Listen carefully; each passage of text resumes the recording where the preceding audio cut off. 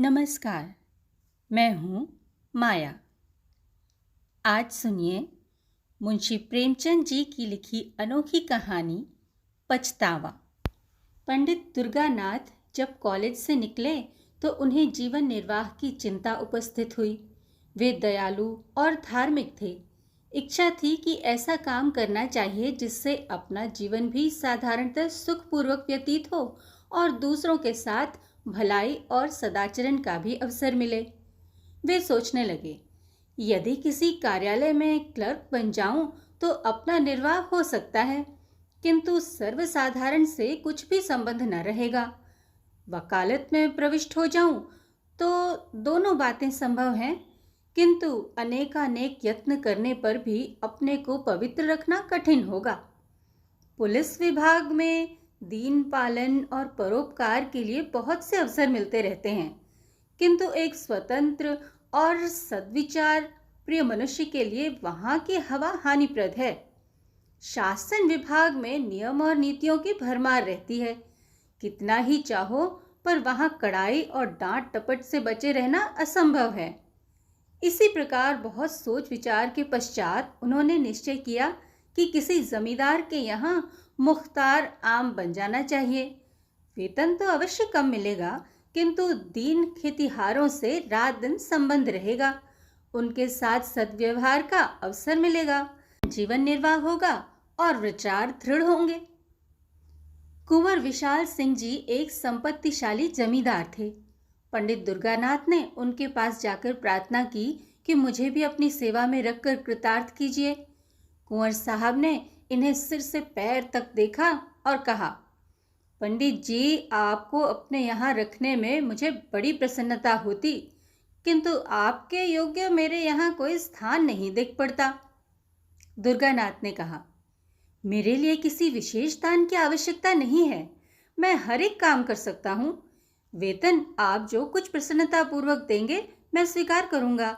मैंने तो यह संकल्प कर लिया है कि सिवा किसी रईस के और किसी की नौकरी न करूँगा। कुंवर विशाल सिंह ने अभिमान से कहा, रईस की नौकरी नौकरी नहीं, राज्य है। मैं अपने चपरासियों को 2 रुपया माहवार देता हूँ और वे तंजेब के अंगरखे पहनकर निकलते हैं। उनके दरवाजों पर घोड़े बंधे हुए हैं। मेरे कारिंदे 5 रुपए से अधिक नहीं पाते, किंतु शादी विवाह वकीलों के यहाँ करते हैं। न जाने उनकी कमाई में क्या बरकत होती है। बरसों तनख्वाह का हिसाब नहीं करते। कितने ऐसे हैं जो बिना तनख्वाह के कारिंदगी या चपरासीगिरी को तैयार बैठे हैं, परंतु अपना यह नियम नहीं। समझ लीजिए, मुख्तार आम अपने इलाके में एक बड़े जमींदार से अधिक रोब रखता है।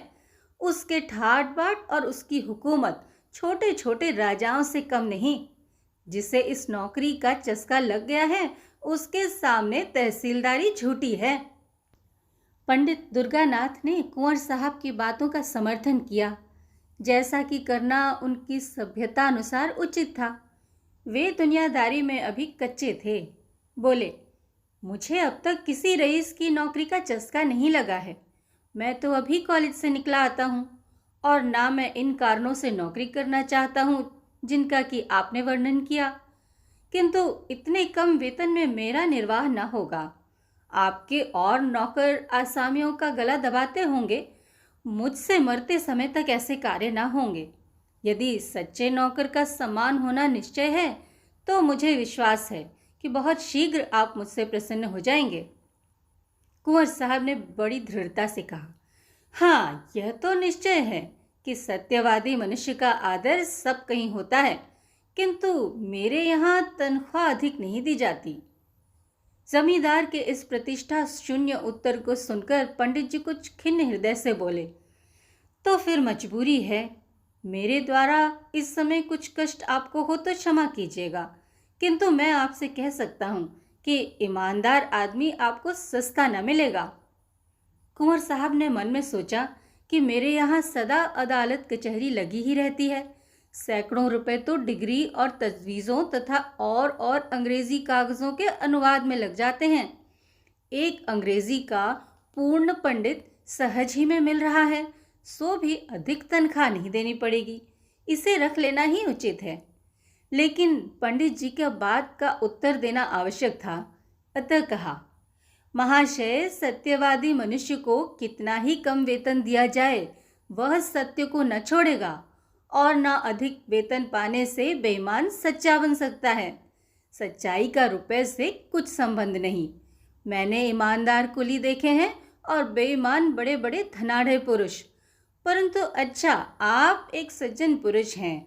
आप मेरे यहाँ प्रसन्नतापूर्वक रहिए।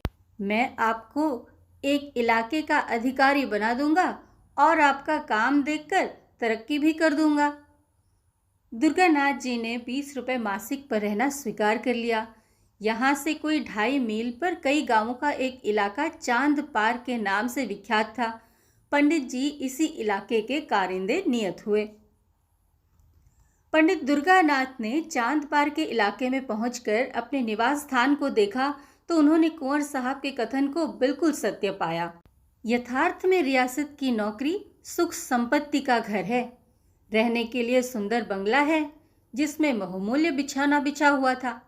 सैकड़ों बीघे की सीर, कई नौकर चाकर, कितने ही चपरासी, सवारी के लिए एक सुंदर टांगन, सुख ठाट बाट के सारे सामान उपस्थित। किंतु इस प्रकार की सजावट और विलास की सामग्री देखकर उन्हें उतनी प्रसन्नता न हुई, क्योंकि इसी सजे हुए बंगले के चारों ओर किसानों के झोंपड़े थे। फूस के घरों में मिट्टी के बर्तनों के सिवा और सामान ही क्या था। वहां के लोगों में वह बंगला कोट के नाम से विख्यात था। लड़के उसे भय की दृष्टि से देखते।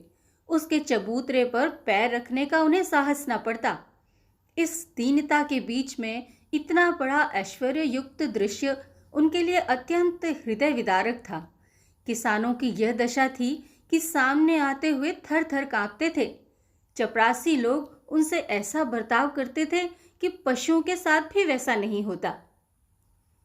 पहले ही दिन कई 100 किसानों ने पंडित जी को अनेक प्रकार के पदार्थ भेंट के रूप में उपस्थित किए, किंतु जब वे सब लौटा दिए गए तो उन्हें बड़ा आश्चर्य हुआ। किसान प्रसन्न हुए, किंतु चपरासियों का रक्त उबलने लगा। नाई और कहार खिदमत को आए, किंतु लौटा दिए गए। अहीरों के घर से दूध से भरा हुआ मटका आया, वह भी वापस हुआ। तमोली एक ढोली पान लाया, किंतु वह भी स्वीकार न हुआ। असामी आपस में कहने लगे कि कोई धर्मात्मा पुरुष आए हैं, परंतु चपरासियों को तो ये नई बातें असहाय हो गईं। उन्होंने कहा, हुजूर, अगर आपको ये चीज़ें पसंद ना हो तो ना लें, मगर रस्म को तो ना मिटाएं। अगर कोई दूसरा आदमी यहाँ आएगा तो उसे नए सिरे से यह रस्म बांधने में कितनी दिक्कत होगी। यह सब सुनकर पंडित जी ने केवल यही उत्तर दिया, जिसके सिर पर पड़ेगा वह भुगत लेगा, मुझे इसकी चिंता करने की क्या आवश्यकता। एक चपरासी ने साहस बांधकर कहा, इन असामियों को आप जितना गरीब समझते हैं उतने गरीब ये नहीं है।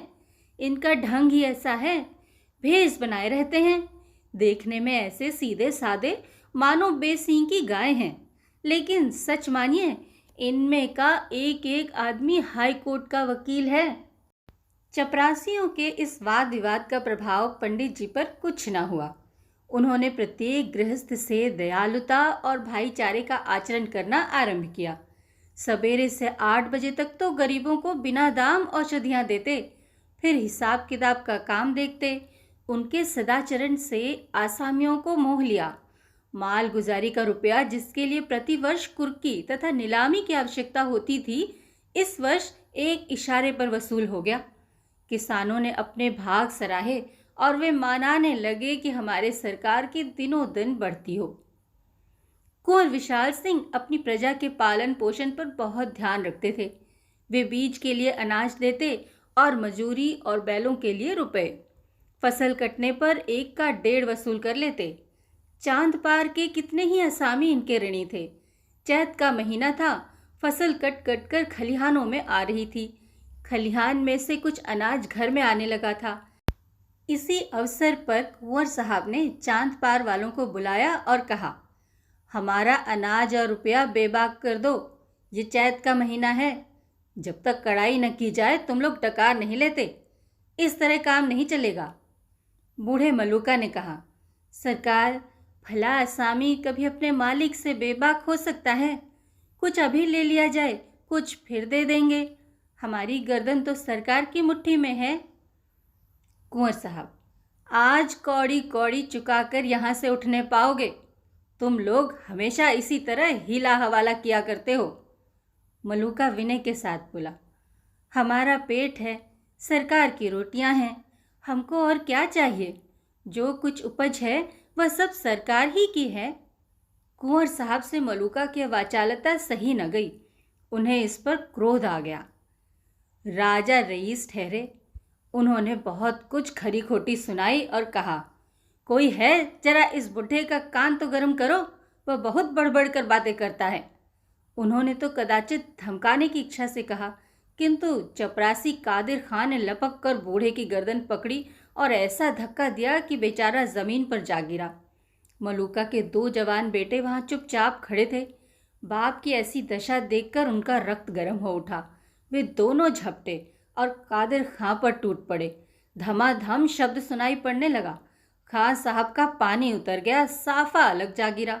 अचकन के टुकड़े टुकड़े हो गए, किंतु जबान चलती रही। मलूका ने देखा बात बिगड़ गई। वह उठा और कादिर खां को छुड़ाकर अपने लड़कों को गालियां देने लगा। जब लड़कों ने उसी को डांटा तब दौड़कर कुंवर साहब के चरणों पर गिर पड़ा। पर बात यथार्थ में बिगड़ गई थी। बूढ़े के इस विनीत भाव का कुछ प्रभाव न हुआ। कुंवर साहब की आंखों से मानो आग के अंगारे निकल रहे थे। वे बोले, बेईमान, आंखों के सामने से दूर हो जा, नहीं तो तेरा खून पी जाऊंगा। बूढ़े के शरीर में रक्त तो वैसा ही न रहा था, किंतु गर्मी अवश्य थी। समझता था कि ये कुछ न्याय करेंगे, परंतु ये फटकार सुनकर बोला, सरकार, बुढ़ापे में आपके दरवाजे पर पानी उतर गया और तिस पर सरकार हम ही को डांटते हैं। कुंवर साहब ने कहा, तुम्हारी इज्जत अभी क्या उतरी है, अब उतरेगी। दोनों लड़के सरोष बोले, सरकार अपना रुपया लेंगे कि किसी की इज्जत लेंगे? कुंवर साहब ऐंठ कर बोले, रुपया पीछे लेंगे, पहले देखेंगे कि तुम्हारी इज्जत कितनी है। चांद पार के किसान अपने गांव पर पहुंचकर पंडित दुर्गानाथ से अपनी राम कहानी कह ही रहे थे कि कुंवर साहब का दूत पहुंचा और खबर दी कि सरकार ने आपको अभी अभी बुलाया है। दुर्गानाथ ने असामियों को परितोष दिया और आप घोड़े पर सवार होकर दरबार में हाजिर हुए। कुंवर साहब की आंखें लाल थीं, मुख की आकृति भयंकर हो रही थी। कई मुख्तार और चपरासी बैठे हुए आग पर तेल डाल रहे थे। पंडित जी को देखते ही कुंवर साहब बोले, चांद पार वालों की हरकत आपने देखी? पंडित जी ने नम्र भाव से कहा, जी हाँ, सुनकर बहुत शोक हुआ। ये तो ऐसे सरकश न थे। कुंवर साहब, यह सब आप ही के आगमन का फल है। आप अभी स्कूल के लड़के हैं, आप क्या जाने कि संसार में कैसे रहना होता है। यदि आपका बर्ताव असामियों के साथ ऐसा ही रहा तो फिर मैं जमींदारी कर चुका। यह सब आपकी करनी है। मैंने इसी दरवाजे पर असामियों को बांध बांध कर उल्टे लटका दिया है और किसी ने चूं तक न की। आज उनका यह साहस कि मेरे ही आदमी पर हाथ चलाएं। दुर्गानाथ कुछ दबते हुए बोले, महाशय, इसमें मेरा क्या अपराध? मैंने तो जब से सुना है तभी से स्वयं सोच में पड़ा हूँ। कुंवर साहब, आपका अपराध नहीं तो किसका है? आप ही ने तो इनको सर चढ़ाया है। बेगार बंद कर दी। आप ही उनके साथ भाईचारे का बर्ताव करते हैं, उनके साथ हंसी मजाक करते हैं। ये छोटे आदमी इस बर्ताव की कदर क्या जाने? किताबी बातें स्कूलों के लिए ही हैं, दुनिया के व्यवहार का कानून दूसरा है। अच्छा, जो हुआ सो हुआ। अब मैं चाहता हूँ कि इन बदमाशों को इस सरकशी का मज़ा चखाया जाए। असामियों को आपने माल गुजारी की रसीदें तो नहीं दी हैं? दुर्गानाथ कुछ डरते हुए बोले, जी नहीं, रसीदें तैयार हैं, लेकिन आपके हस्ताक्षरों की देर है। कुंवर साहब कुछ संतुष्ट होकर बोले, यह बहुत अच्छा हुआ, शकुन अच्छे हैं। अब आप इन रसीदों को चिराग अली के सुपुर्द कीजिए। इन लोगों पर बकाया लगान की नालिश की जाएगी। फसल नीलाम कर लूँगा। जब भूखे मरेंगे तब सूझेगी। जो रुपया अब तक वसूल हो चुका है वह बीज और ऋण के खाते में चढ़ा लीजिए। आपको केवल यह गवाही देनी होगी कि यह रुपया मालगुजारी के मद में नहीं, कर्ज में वसूल हुआ है, बस। दुर्गानाथ चिंतित हो गए। सोचने लगे, क्या यहाँ भी उसी आपत्ति का सामना करना पड़ेगा जिससे बचने के लिए इतने सोच विचार के बाद इस शांति कुटीर को ग्रहण किया था? क्या जानबूझकर इन गरीबों की गर्दन पर छुरी फेरूं, इसलिए कि मेरी नौकरी बनी रहे? नहीं, यह मुझसे न होगा। बोले, क्या मेरी शहादत के बिना काम न चलेगा? कुंवर साहब क्रोध से बोले, क्या इतना कहने में भी आपको कोई उज्र है? दुर्गानाथ दुविधा में पड़े हुए थे। जी, यूं तो मैंने आपका नमक खाया है, आपकी प्रत्येक आज्ञा का पालन करना मुझे उचित है, किंतु न्यायालय में मैंने गवाही नहीं दी है। संभव है कि यह कार्य मुझसे ना हो सके, अतः मुझे तो क्षमा ही कर दिया जाए। कुंवर साहब शासन के ढंग से, यह काम आपको करना पड़ेगा, इसमें हाँ नहीं की कोई आवश्यकता नहीं। आग आपने लगाई है, बुझाएगा कौन? दुर्गानाथ दृढ़ता के साथ, मैं झूठ कदापि नहीं बोल सकता और न इस प्रकार की शहादत दे सकता हूँ। कुंवर साहब कोमल शब्दों में, कृपा निधान, यह झूठ नहीं है। मैंने झूठ का व्यापार नहीं किया है। मैं यह नहीं कहता कि आप रुपए का वसूल होना अस्वीकार कर दीजिए। जब असामी मेरे ऋणी है तो मुझे अधिकार है कि चाहे रुपया ऋण की मद में वसूल करूं या मालगुजारी की मद में। यदि इतनी सी बात को आप झूठ समझते हैं तो आपकी जबरदस्ती है। अभी आपने संसार देखा नहीं, ऐसी सच्चाई के लिए संसार में स्थान नहीं। आप मेरे यहाँ नौकरी कर रहे हैं, इस सेवक धर्म पर विचार कीजिए। आप शिक्षित और होनहार पुरुष हैं। अभी आपको संसार में बहुत दिन तक रहना है और बहुत काम करना है। अभी से आप यह धर्म और सत्यता धारण करेंगे तो अपने जीवन में आपको विपत्ति और निराशा के सिवा और कुछ प्राप्त न होगा। सत्यप्रियता अवश्य उत्तम वस्तु है, किंतु उसकी भी सीमा है। अति सर्वत्र वर्ज्यते। अब अधिक सोच विचार की आवश्यकता नहीं, यह अवसर ऐसा ही है। कुंवर साहब पुराने खुर्राट थे। इस फेंकने से युवक खिलाड़ी हार गया। इस घटना के तीसरे दिन चांद पार के आसामियों पर बकाया लगान की नालिश हुई। सम्मन आए, घर घर उदासी छा गई। सम्मन क्या थे, यम के दूत थे। देवी देवताओं की मिन्नतें होने लगी। स्त्रियां अपने घर वालों को कोसने लगीं और पुरुष अपने भाग्य को। नियत तारीख के दिन गांव के गंवार कंधे पर लोटा डोर रखे और अंगोछे में चबैना बांधे कचहरी की ओर चले। सैकड़ों स्त्रियां और बालक रोते हुए उनके पीछे पीछे जाते थे, मानो अब वे फिर उनसे न मिलेंगे। पंडित दुर्गानाथ के 3 दिन कठिन परीक्षा के थे। एक ओर कुंवर साहब की प्रभावशालिनी बातें, दूसरी ओर किसानों की हाय हाय। परंतु विचार सागर में 3 दिन निमग्न रहने के पश्चात उन्हें धरती का सहारा मिल गया। उनकी आत्मा ने कहा, यह पहली परीक्षा है, यदि इसमें अनुत्तीर्ण रहे तो फिर आत्मिक दुर्बलता ही हाथ रह जाएगी। निदान निश्चय हो गया कि मैं अपने लाभ के लिए इतने गरीबों को हानि न पहुंचाऊंगा। 10 बजे दिन का समय था। न्यायालय के सामने मेला सा लगा हुआ था। जहां तहां श्याम वस्त्राच्छादित देवताओं की पूजा हो रही थी। चांद पार के किसान झुंड के झुंड एक पेड़ के नीचे आकर बैठे। उनसे कुछ दूर पर कुंवर साहब के मुख्तार आम सिपाहियों और गवाहों की भीड़ थी। ये लोग अत्यंत विनोद में थे। जिस प्रकार मछलियां पानी में पहुंचकर किलोले करती हैं, उसी भांति ये लोग भी आनंद में चूर थे। कोई पान खा रहा था, कोई हलवाई की दुकान से पूरियों की पत्तल लिए चला आता था। उधर बेचारे किसान पेड़ के नीचे चुपचाप उदास बैठे थे कि आज न जाने क्या होगा, कौन आफत आएगी। भगवान का भरोसा है। मुकदमे की पेशी हुई। कुंवर साहब की ओर के गवाह गवाही देने लगे कि असामी बड़े सरकश हैं। जब लगान मांगा जाता है तो लड़ाई झगड़े पर तैयार हो जाते हैं। अब कि इन्होंने एक कौड़ी भी नहीं दी। कादिर खान ने रो कर अपने सिर की चोट दिखाई। सबसे पीछे पंडित दुर्गानाथ की पुकार हुई। उन्हीं के बयान पर निपटारा होना था।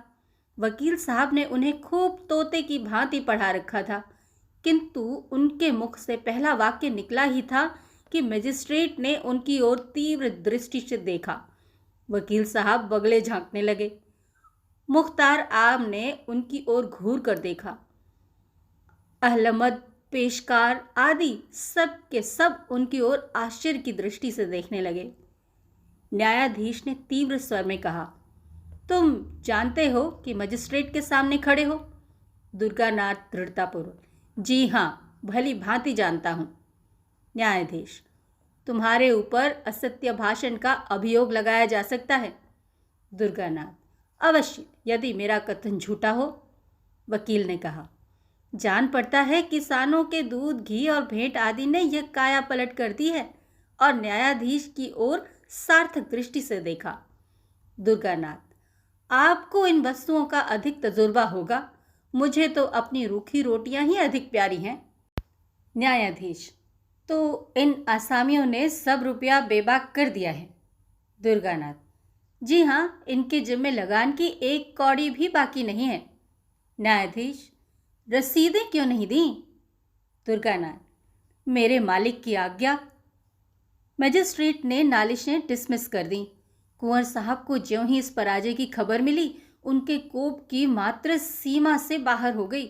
उन्होंने पंडित दुर्गानाथ को सैकड़ों को वाक्य कहे, नमक हराम, विश्वासघाती, दुष्ट।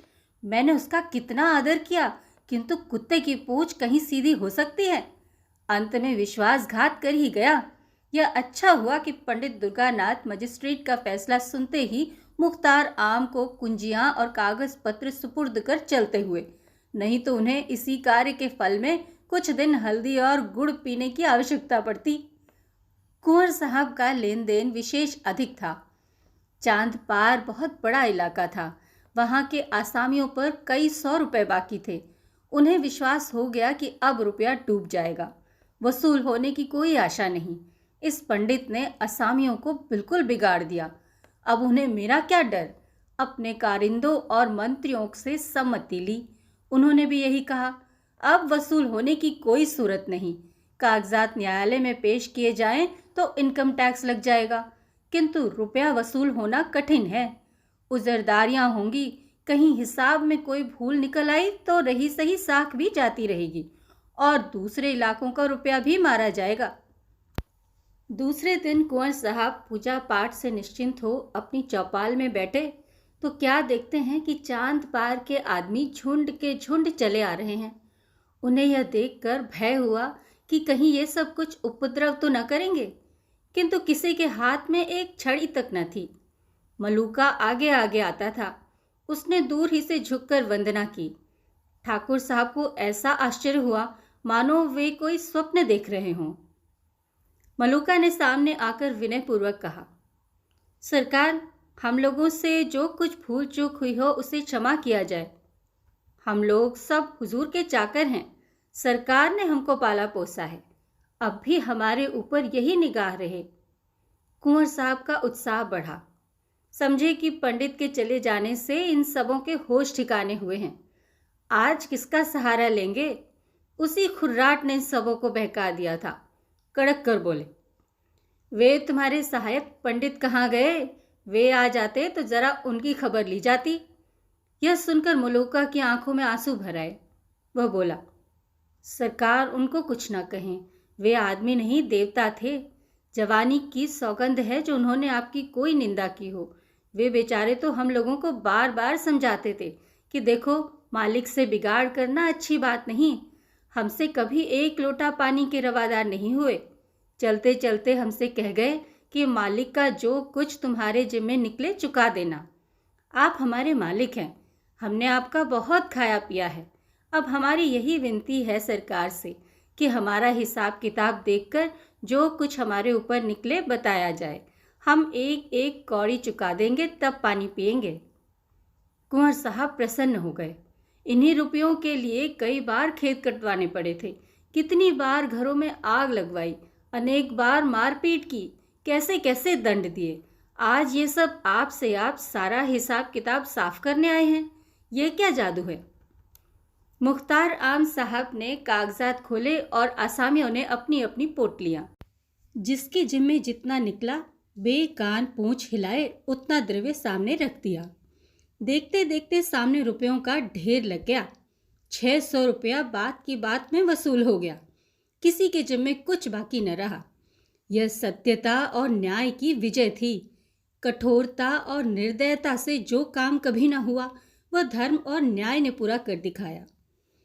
जब से ये लोग मुकदमा जीत आए, तभी से उनको रुपया चुकाने की धुन सवार थी। पंडित जी को वे यथार्थ में देवता समझते थे। रुपया चुका देने के लिए उनकी विशेष आज्ञा थी। किसी ने बैल, किसी ने गहने बंधक रखे, यह सब कुछ सहन किया, परंतु पंडित जी की बात न टाली। कुंवर साहब के मन में पंडित जी के प्रति जो बुरे विचार थे, सब मिट गए। उन्होंने सदा से कठोरता से काम लेना सीखा था। उन्हीं नियमों पर वे चलते थे। न्याय तथा सत्यता पर उनका विश्वास न था, किंतु आज उन्हें प्रत्यक्ष देख पड़ा कि सत्यता और कोमलता में बहुत बड़ी शक्ति है। ये आसामी मेरे हाथ से निकल गए थे, मैं इनका क्या बिगाड़ सकता था? अवश्य वह पंडित सच्चा और धर्मात्मा पुरुष था। उसमें दूरदर्शिता न हो, काल ज्ञान न हो, किंतु इसमें संदेह नहीं कि वह निष्प्रह और सच्चा पुरुष था। कैसी अच्छी वस्तु क्यों न हो, जब तक हमको उसकी आवश्यकता नहीं होती, तब तक हमारी दृष्टि में उसका गौरव नहीं होता। हरी दूब भी किसी समय अशर्फियों के मोल बिक जाती है। कुंवर साहब का काम एक निष्प्रह मनुष्य के बिना नहीं रुक सकता था। अतएव पंडित जी के इस सर्वोत्तम कार्य की प्रशंसा किसी कवि की कविता से अधिक न हुई। चांद पार के आसामियों ने तो अपने मालिक को कभी किसी प्रकार का कष्ट न पहुंचाया, किंतु अन्य इलाकों वाले आसामी उसी पुराने ढंग से चलते थे। उन इलाकों में रगड़ झगड़ सदैव मची रहती थी।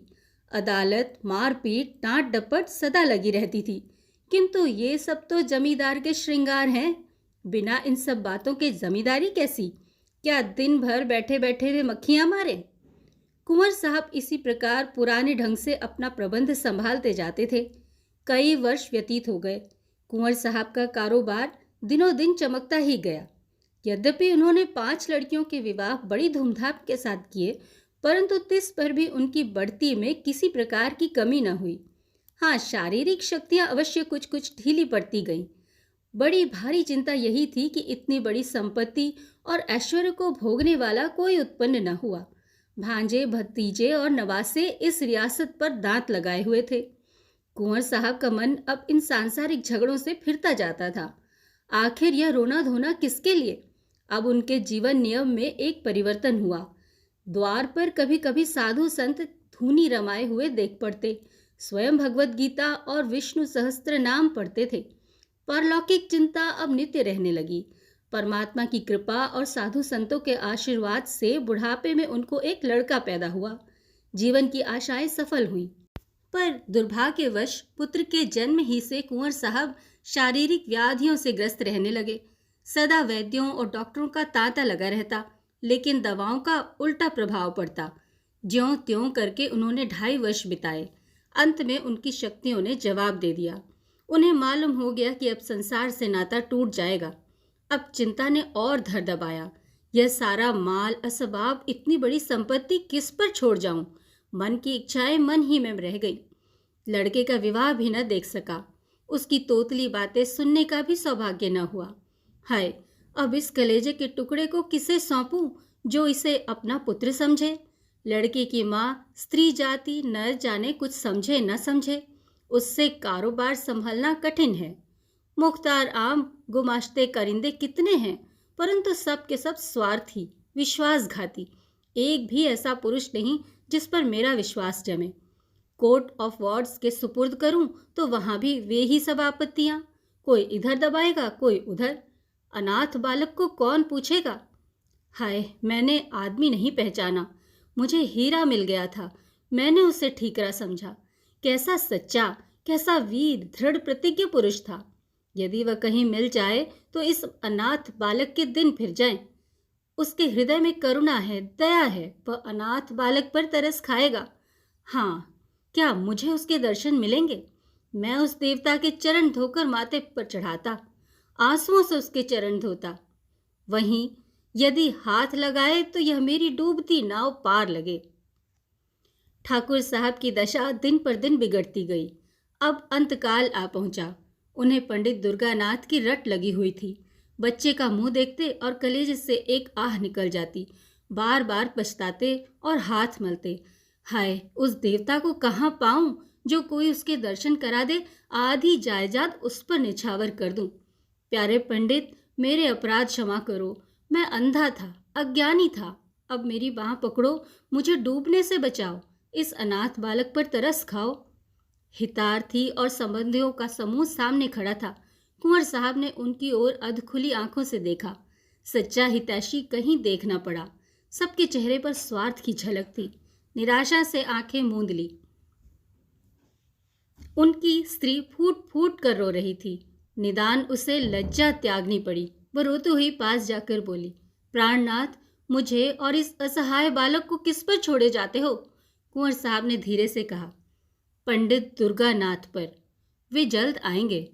उनसे कह देना कि मैंने सब कुछ उनको भेंट कर दिया। यह अंतिम वसीयत है। आप सुन रहे थे मुंशी प्रेमचंद जी की लिखी कहानी पछतावा।